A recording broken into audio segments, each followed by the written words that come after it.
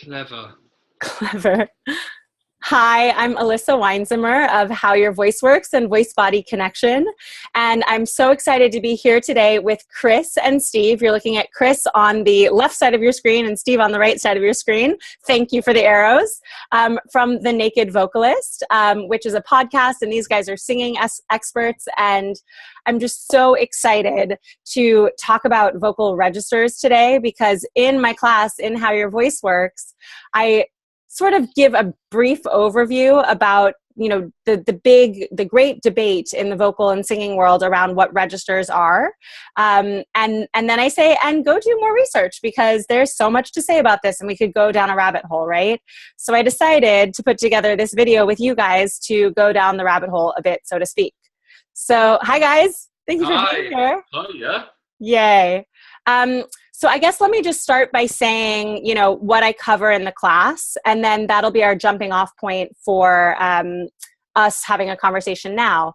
So in the class, I like to talk about, I start with the speech language pathology way of thinking about registers, which there are 4 registers in speech pathology, right? There's vocal fry, which is it's the vocal folds are not even in full phonation yet, so it sort of sounds like this, right? And then we talk about modal voice, which we might also call full phonation, is the second register. And then we talk about falsetto, which is up much higher in the pitch range, and the vocal folds behave in a different way. And then whistle voice is the fourth category, which unfortunately, I don't know if you guys can demonstrate. I actually can't demonstrate. Normally I probably could, actually. Normally I can, okay, great. But not today. I was going to say, I should have warned you to warm up so you would be ready to demonstrate whistle tone. Yeah.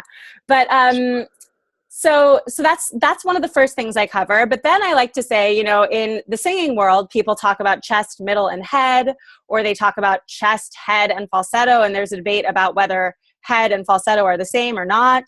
And then something that I'm also familiar with to some degree is Estel voice work, which is an approach to singing which talks about thick, thin, and stiff folds, sort of in terms of the way the folds behave.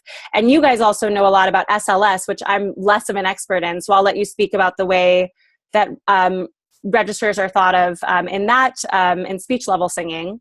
But basically, that's the jumping off point. That's the point at which I say, okay, go do some research. So let's have a little conversation as a way of introducing people to this crazy, convoluted way of thinking about registers.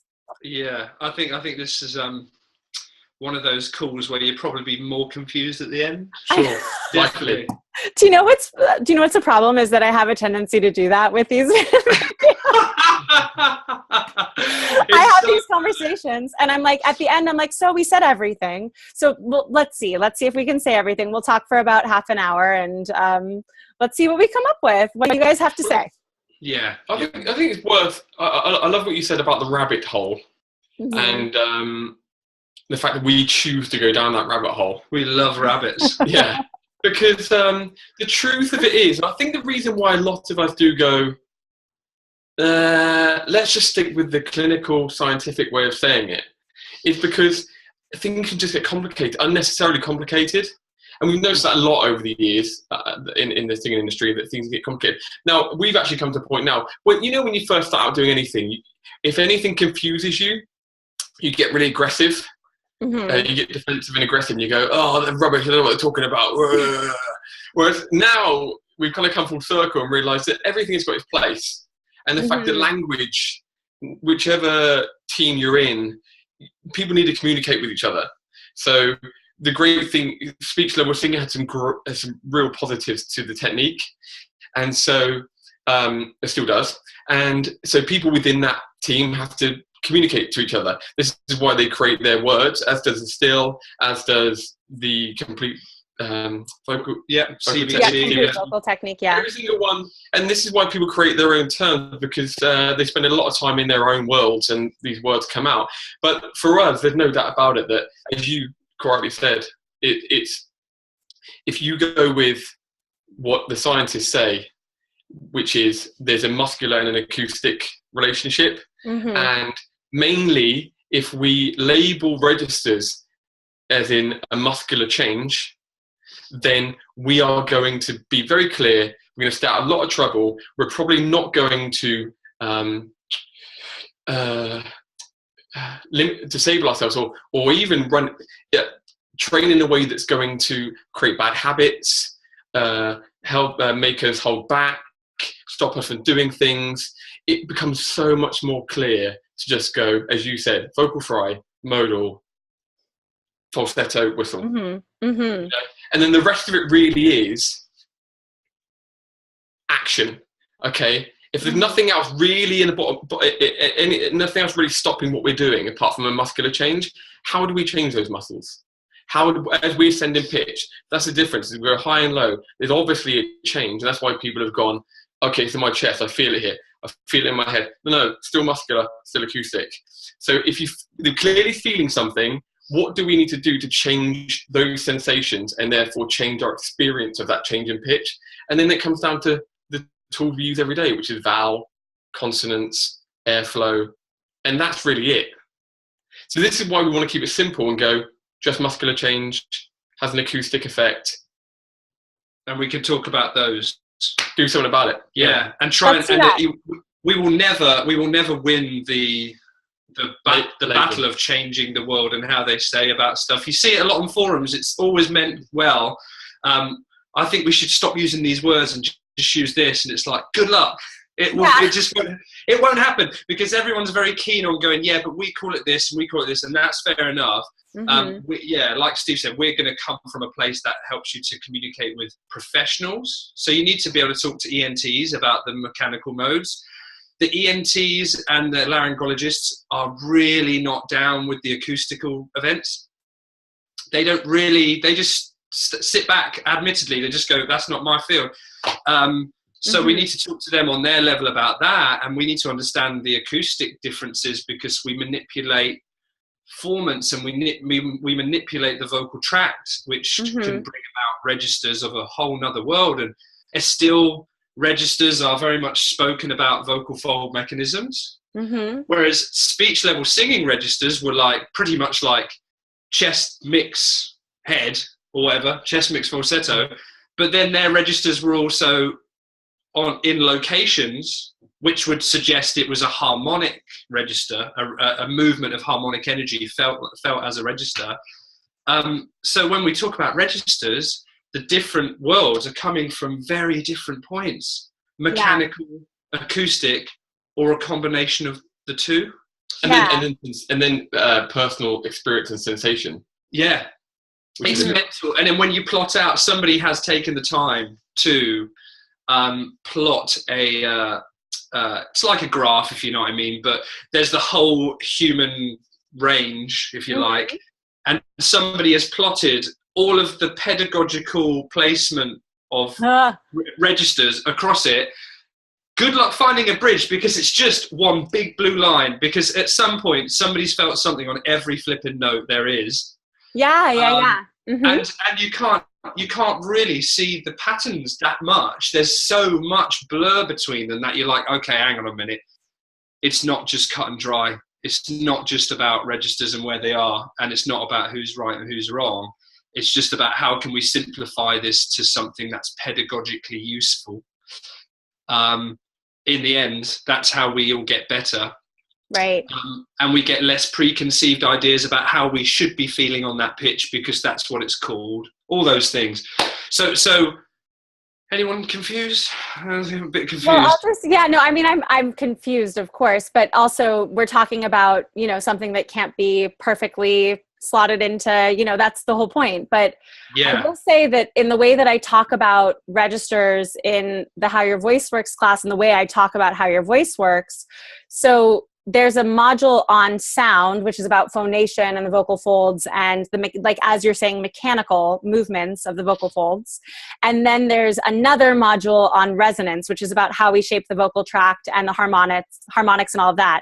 And, it's a little bit of a fallacy. In fact, it's not a little bit of a fallacy. It's a fallacy to say that those two things are perfectly separate things. And I talk about registration and registers in the sound module, but in fact, registers are an interplay, especially depending upon which system you're talking about, are an interplay between how the vocal folds behave and how the vocal tract above behaves, right? And even we could take it as far as saying, and how the articulatory actions are happening, right? Yes. So, which then would be the module after that, right? So there's no, it's not even to say that, some people, when we talk about those speech pathology ones that I brought up at the beginning, that you're saying, you're right, the ENTs and the clinicians are mostly just looking at the physiology and function of the vocal folds. And when you say that, the acoustics are not really their field, it's because they're not looking so much at the shape of the vocal tract, right? Yeah. But you can't actually isolate that from our conversation about registration, right? Yeah. Right. Exactly. And I like the point you made there about the fact that it's a fallacy, because it just brings you back to, it's not a bad thing. The only bad thing to come from the labels that systems give registers is confusion. Right. We wouldn't have to have this call now, right? Yeah, which is what we're clarifying as we speak. Or not. But yeah, down one example is the in speech level that we spent many years studying is the registers were assigned pitches, and the reason why I like that in terms of a global, it's a good thing to do for teachers, is because it gives a system, it gives an approach, and it gives a guideline to stick to as a learning teacher, which is what most of them, the reasons why most of these techniques will give labels, is to help the teachers and give them guidelines to stick to, and which is a brilliant thing for people that want to learn and they want to help others train their voices. But essentially we are all talking about the same thing deep down. Yeah. And it's just that there are issues that come because of these separate. So I guess what's the advice you would give for someone? Who is it that asked this question? A singer in Italy. Slash, I think lots of people have this question. Yeah. Mm-hmm. So really like that, I guess the answer is, as we say about voice systems in general, is that if you feel that you're lacking something in your voice, go and try that system, and you will get a whole new load of labels for the registers that you want to use, that you have to work through, that you have to train, and they will give you a different label. And then get involved in that system and see if it works for you. And then our belief is, don't hang around in it so long that you've blocked out other trains of thought, things that could also lead you to new experiences and a new way of training your voice. So then move on to the next. And then it may mean that your head is filled with labels and terminology. But that's really what it comes down to. I'd say advice going forward is don't destroy yourself for not knowing every single term for what registers can be called. But if you want to study it, then study a certain technique, and you will find everything out about that labeling system that they have. Yeah, yeah. You might just take on one piece of that technique, and leave the rest behind. The one thing I could, possibly say about too many labels is that when someone sings with too much sense of registers, then they can sing with almost several different voices in the same song. So we get some disparity or some disconnection between their tone. So, it's like, now I'm this and now I'm that, and I'm just going to add a bit now of this. And you can definitely hear that. You can hear the singing becomes very process driven instead of emotionally driven. So again, that's sort of when you learn stuff and you learn different registers, is to try not to get caught up into which one you need to be and which one you don't. Because it can sometimes be very audible. It's what I think it is. It's just about training. All the registers mechanically, they can only be really attributed down to a very small amount of muscles, but with an infinite amount of activity balance between them, creating different sounds. But at the end of the day, it's all part of one dynamic range, really, or one kind of like movement between one another. It's an antagonistic relationship. So it's much more of a blend. I don't think we should separate it so much. Well, here's one example, which is the same thing. Very basically, chest and head voice. Anyone who starts out singing, and we've all heard it, and we've all probably experienced it in our lives ourselves, which is, I have to sing this in chest. I have to sing this. Oh, do I sing that in head or chest?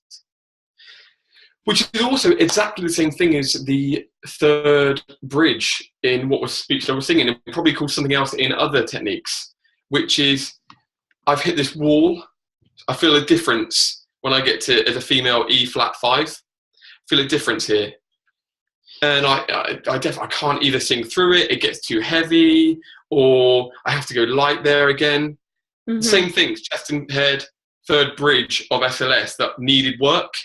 Whereas in fact, actually, and this is why the confusion can turn to ineffective training for the singer, which is actually, if we deal with the handover of balance between the muscles earlier on in the range, you won't experience that third bridge, and you won't have to ask the question, should I sing this C or D in a chest or head? What do you want it? Because you won't have that. You won't have that choice. You won't feel like you have to make a choice there. So I think that's the same lower down, isn't it? Yeah, everywhere. Yeah. You know, that whole, we're talking mixed voice really, and I think it'd be great. Like, mixed voice has got a little bit of what even is it? Yeah. Maybe we should talk about mix. So actually, let me give us a couple maybe questions to answer as we go along, because there's thoughts coming up in my brain. So one is, you know, for some people who are even new to this conversation, it might be helpful to just say, maybe let's just brainstorm the different ways of thinking about registers, because I, gave us some, but if you guys can add anything to the mix of, you could go research this, or you could go research this, maybe we can do a close look, whether it's at SLS or something else you want to look at, and say, this is the way SLS talks about registers. And I think it might be helpful to sort of define passaggio or, bridge, or however we want to talk about it. And also, what is a passaggio? What are we feeling when that's happening? What's maybe actually muscularly going on when we feel like we can't hit a note and we're not sure where to put it? Does that make sense to sort of proceed in that way? So cool. I turn it back to you then. Okay, where do we start? Sorry. Yeah, let's do a little brainstorm. What are some things that people could go research about what systems for looking at registration? Oh, well, I mean, you could start in the early days of bel canto, if you like. I mean, those people were some of the first to put the labels on it, and I think it's Philip Miller. Is it Philip Miller? Is one of the major guys who wrote a lot of books around teaching in that method, and in the structure of singing, he does list mezzos, sopranos, the voice types, and in terms of the amount of bridges, the female voices, because they go up so high, he lists many different transitions up, middle head, upper head, whatever, they're all partitioned, whereas the men are very much first and second passaggio, and then it's done. So there's a bit of that going on. So I think bel canto would be cool. Definitely looking at the mechanical settings in ENT, and Ingo Tietze, when he talks about registers, he's very much sticking to that, as in TA dominant chest, or the TA is not present, not contracted in a falsetto, and the mix configuration is a coordination in contraction between those two settings. And to define the TA too, that's the thyroarytenoid muscle, right? Which is actually, could also be called the vocalist muscle, which is basically the muscle of the vocal folds themselves, right? Yes, yeah. And they can be subdivided if you want to get really silly, but I just don't think it's of any pedagogical benefit really right now. But and what you can do is as well looking at formant locations, which is looking at the acoustics of the voice and the mechanics, and then you refer those back to any pedagogy you want. Speech level singing, bel canto, And what you sometimes see is you sometimes seem to see like some people saying something similar there, some people saying something similar there, and in looking back towards how harmonic energy moves, especially when we're talking about the first passaggio, you can start to make head and tail of why pedagogies place their bridge there, why pedagogies place their bridge there. And it is the crossover between art and science, really. So basically what you're saying, bel canto was the foundation of a lot of the terminology that a lot of systems use these days. So if you research that against the scientific approach, and then, as Chris said, well, you've got the background of formant and harmonic relationships, as well as we've spoken a lot about today, which is the muscular relationship at vocal fold level.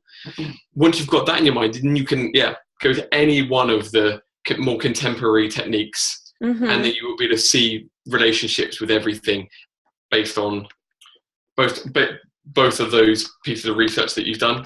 Yeah. Right? Yeah, absolutely. Where does it come from? Yeah. And you know what you see in a lot of these old things, that once you reach a certain range, once you feel a certain way, you've reached mixed voice. So it's often got a note value placed on it, and for some people it has a very specific feeling. But going into the science of it and understanding it and training it in a certain way, you start to realize that mixed voice does not have such a definite note value on it, such a definite transition on it, because when you look at how muscles interact and how the vocal fold vibrational modes work, we're basically in mixed voice the whole time. It's just when you change the balance of activity in the TA, if you add a bit more, then it just you get a compensation later on, which might feel like a register. But mixed voice, some people don't recognize passaggio. Still used to not recognize passaggio. Right. Interesting. I think that's because they used to train so much on the muscular level that when you're very well coordinated muscularly, and the interaction between the TA and the CT that lengthens the vocal folds, when those two muscles are working great and there's such a rich signal in, it feels like one voice. It can make you feel like, I don't have a passaggio. I sing up to high C and I don't have anything, especially in contemporary singing. Those pedagogies can kind of testify that with great vocal training, you might never feel like you have a register. Whereas, some other techniques that have worked very much on the acoustic events are much more intrinsically aware of it. And especially if you're in classical, where you're not just trying to muscle through the world with vocal fold coordination, you're actually using resonance as a way of staying efficient and beating the orchestra's volume. There's absolutely no way you're not going to feel the movement of harmonic energy. There's no way you're not going to feel passaggio in that situation, because the energy level is so much higher. When you've got that much harmonic energy and it changes between formants, it's really obvious. But if you're belting, and you're essentially not allowing passaggio, you're delaying it by raising up your larynx. Again, if you've got your vocal fold, TACT cooperation going on, and you can't feel those two interacting, and you don't allow your passaggio, you're going to feel like one voice. You're going to feel no registers. So I feel like, depending on the pedagogy going forward, really depends on whether people have even acknowledged it. And I think it seems, I'm talking very vague here, but it was in recent years that are still kind of sort of recognized that there is a movement of harmonic energy in the middle that can change the way the vocal folds vibrate, and hence acknowledged it at one point, but for a long time they didn't. Which again just justifies why it's probably not wise to place all your eggs in one basket when it comes to vocal training. Right. Because say more about that.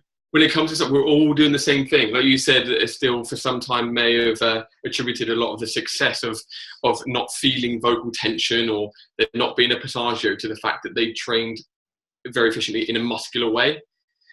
Whereas in fact, we believe that actually, even though they thought that's what they were doing, they were actually training everything. Good valve positioning, good postures. It's just that wasn't what they thought they were doing. Yeah. So this is why we're all doing the same stuff.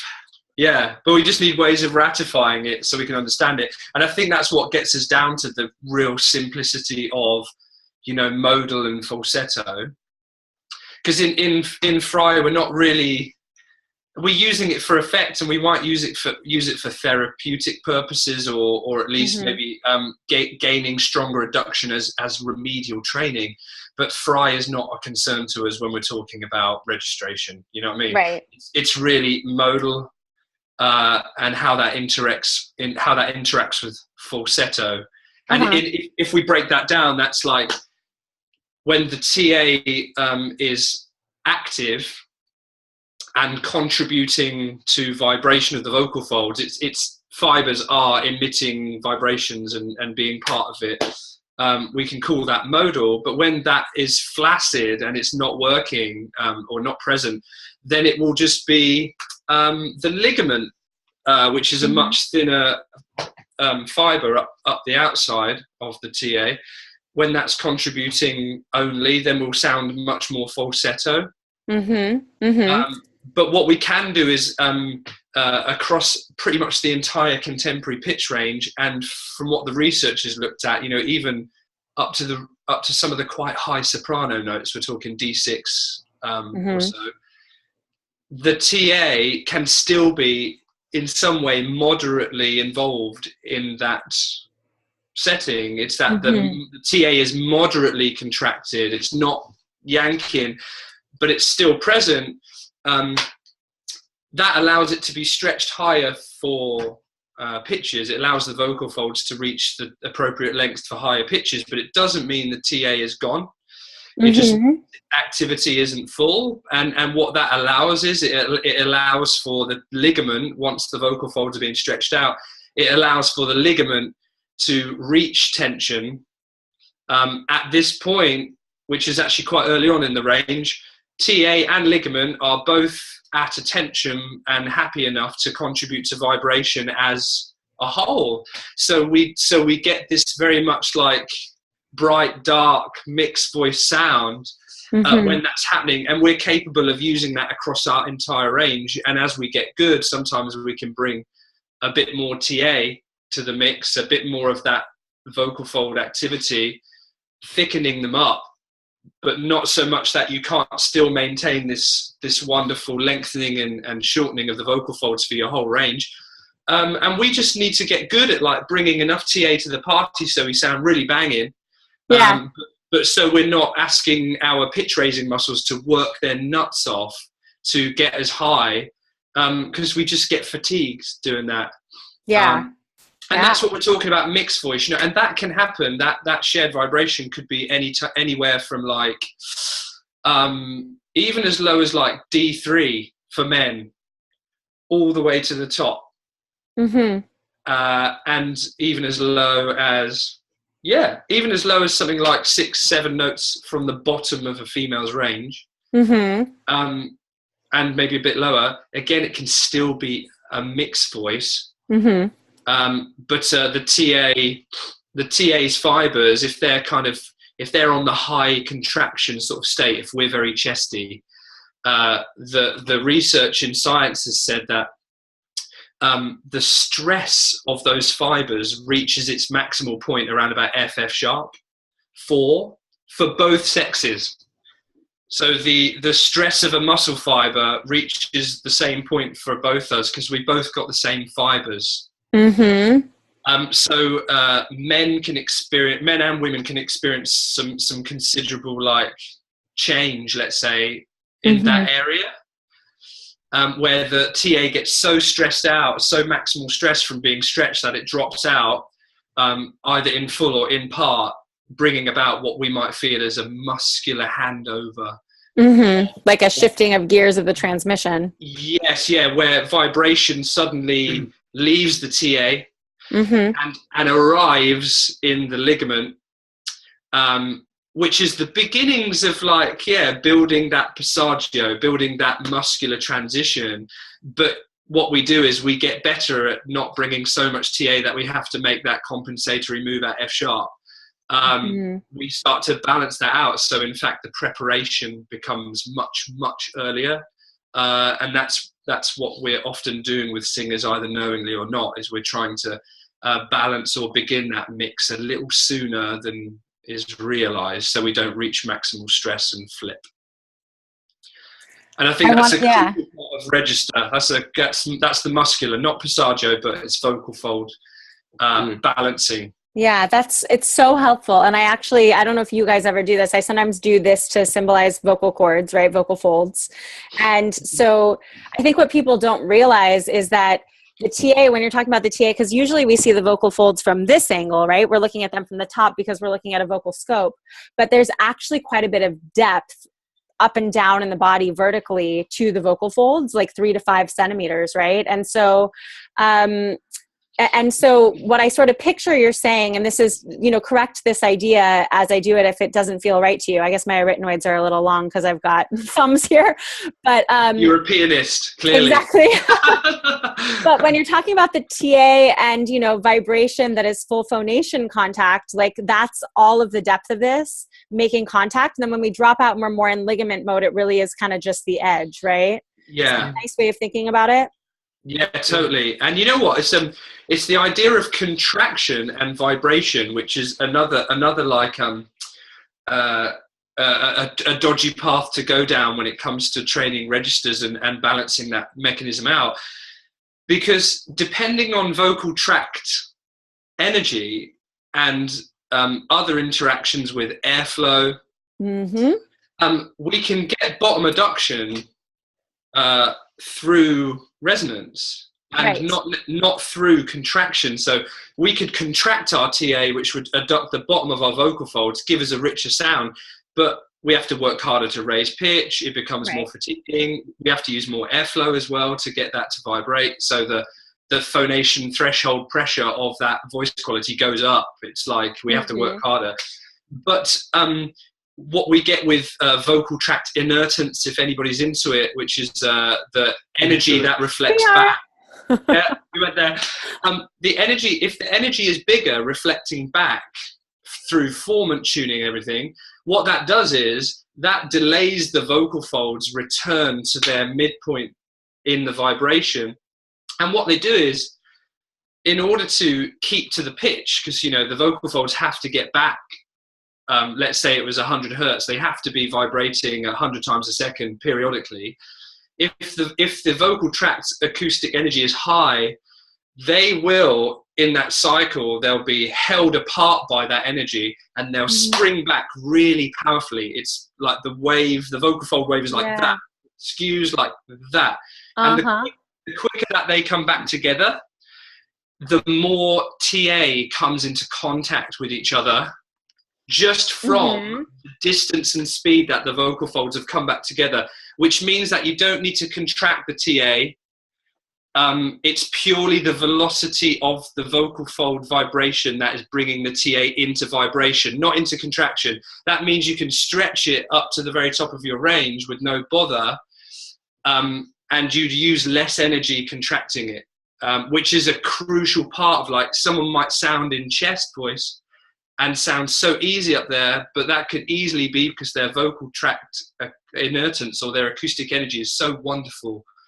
It feeds back to their voice and allows them to do that with such little effort. And that can be such a misconceived idea of registers, and that it needs to be TA activity. And it doesn't. Yeah. I like the way you brought up oscillations, Elissa, because, I like to think, and it's a very kind of, I like to do things very simply in my mind. I don't know what that means. It means you're simple. I like to simplify things too. Yeah, I hear you. You're not simple with this. It's just you don't think I'm simple? Oh, no. Very complex. We're in our own team. He's just jealous that he's not in our team. Yeah. I respond to that with aggression.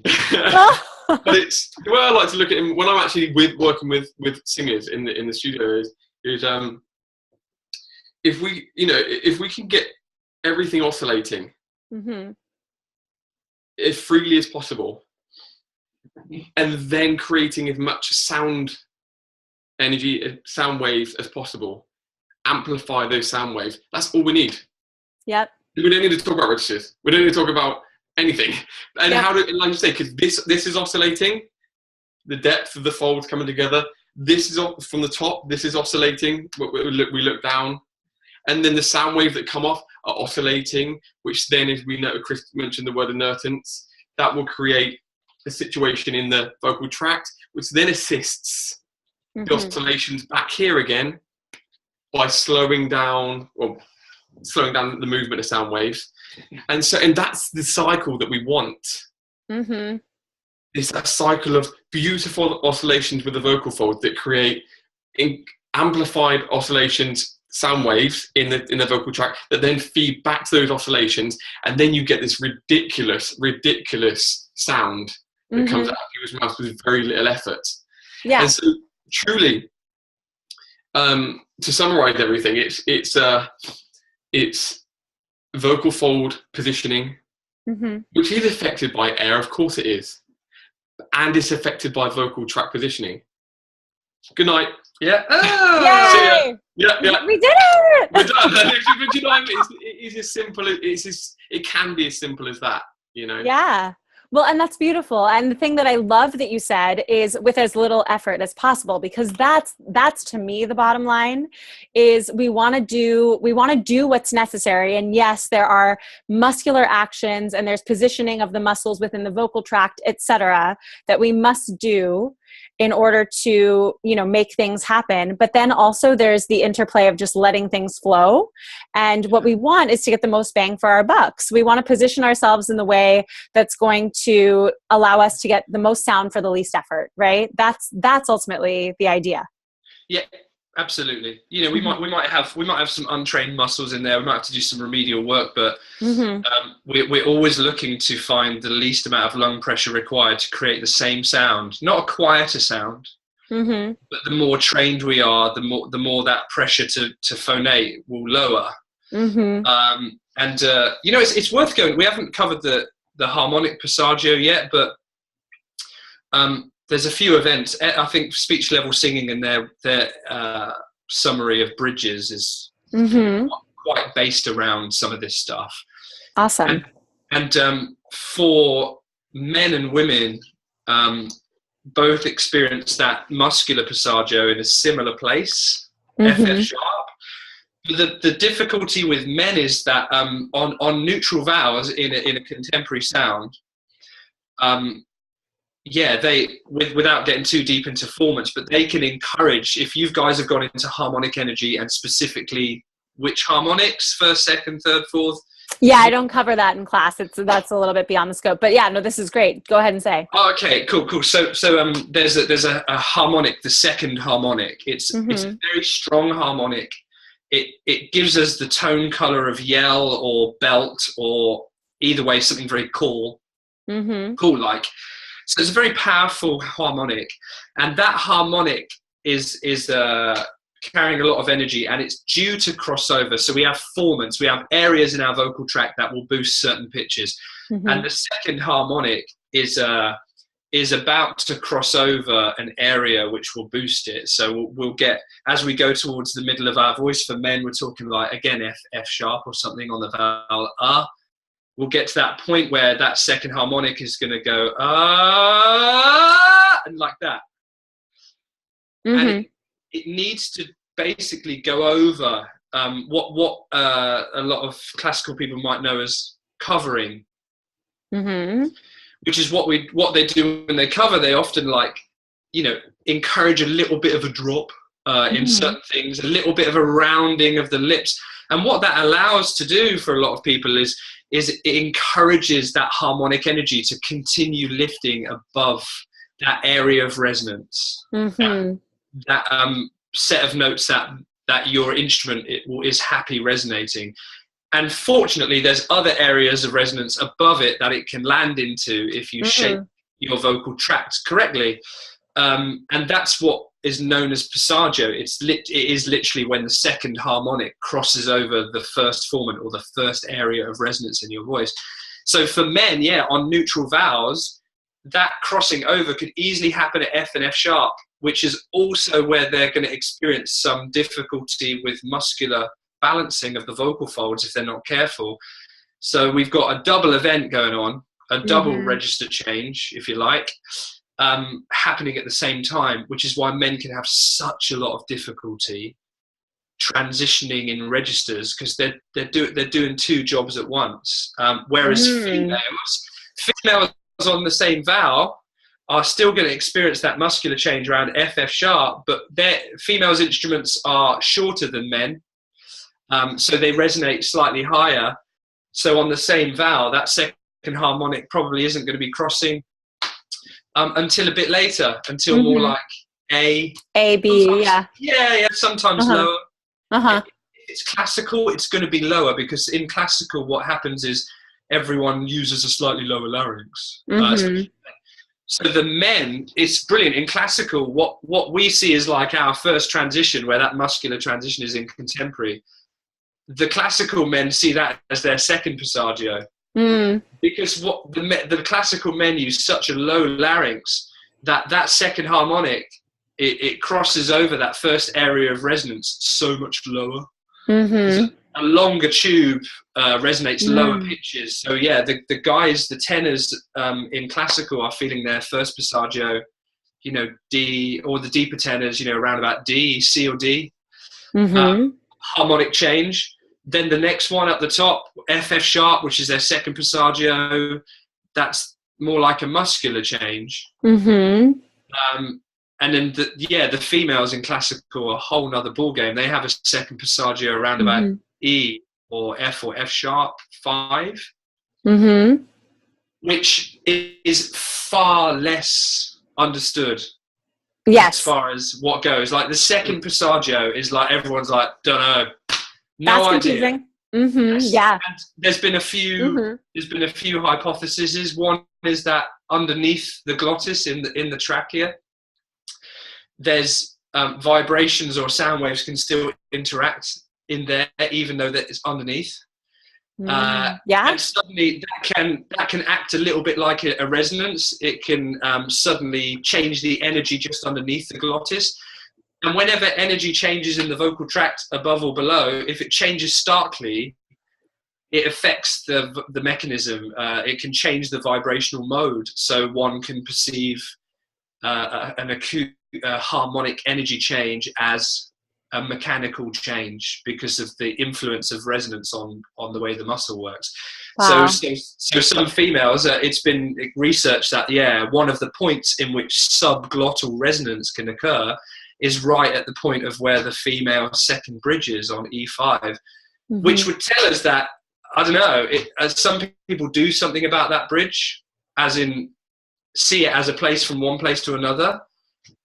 When you look at the easy mechanical registers of modal and falsetto and how the genuine passaggio works of the second harmonic, that second bridge isn't that much of a problem.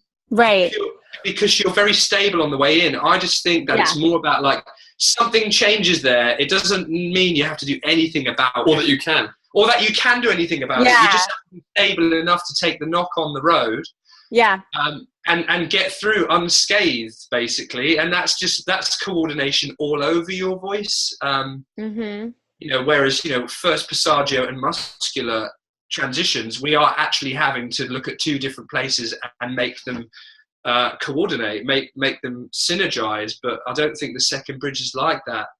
Yeah, no, what you're saying makes a lot of sense to me in my personal experience as a female with that second passaggio.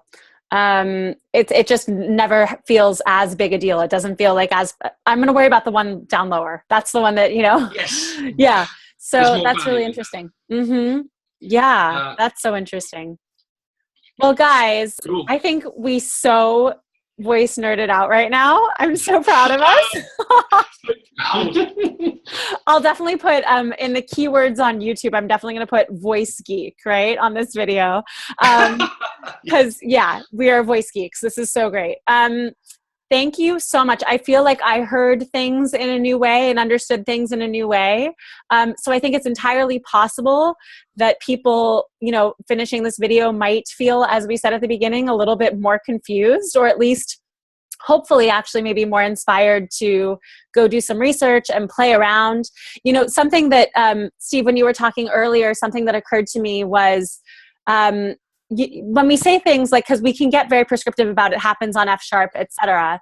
But I think it's also very important that we always filter it through our own personal experience and go, oh, for me, it's happening up closer to the G, really. Yeah. So to not, take it as written in stone that this is the way things function, but really play with this in our own voices, right? That's when we really start to understand registration best and what would help us. And these are a lot of those figures with FF sharp are written as average, the average place in which it happens, Yeah, so, totally. There's lots of flex in physiology. Mm-hmm. Well, guys, thank you so much. It is always a pleasure to speak to you. I'm so grateful. And we'll be sharing this. So awesome. Thanks for having us on board. It's always lovely to see your smiley face. Yeah, so smiley.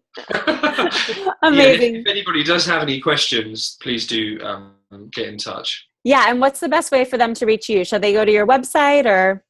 Yes, thenakedvocalist.com. You have the ability to email us through that on the contact form. So you can, if you've got any questions, just make sure we know you are watching this webinar so we can attribute it to the right information. But I'm sure we'll get back to you.